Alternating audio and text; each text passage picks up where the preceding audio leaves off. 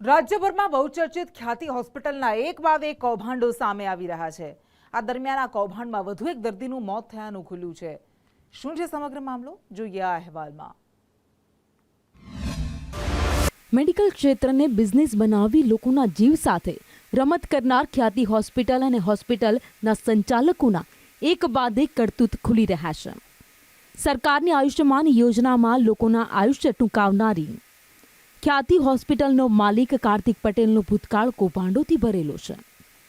કાર્તિક પટેલની નિષ્ઠુરતાની હદ તો એ છે કે તેની દીકરીના લગ્ન દરમિયાન તેમના પિતાનું અવસાન થયું, પરંતુ સગા બાપના મોતનો મલાજો ના જાળવી શક્યો। કાર્તિક પટેલે દીકરીના જાહો જલાલીથી લગ્ન કરાવ્યા। તેના પિતાના મૃતદેહને કોલ્ડ સ્ટોરેજમાં મૂકી પુત્રના લગ્નમાં મહાલતો હતો। તો ખ્યાતિકાંડના કાર્તિકની વધુ એક નિષ્ઠુરતા સામે આવી છે।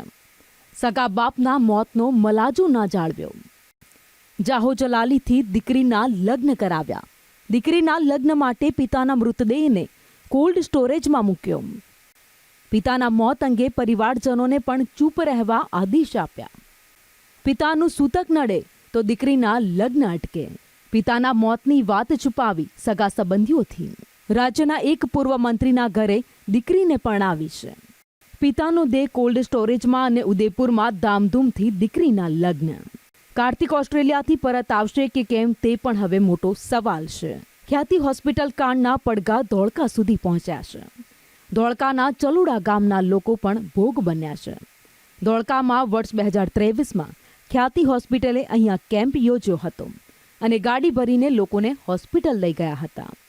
બાદમાં 7 લોકોની એન્જિયોપ્લાસ્ટી કરી દેવામાં આવી।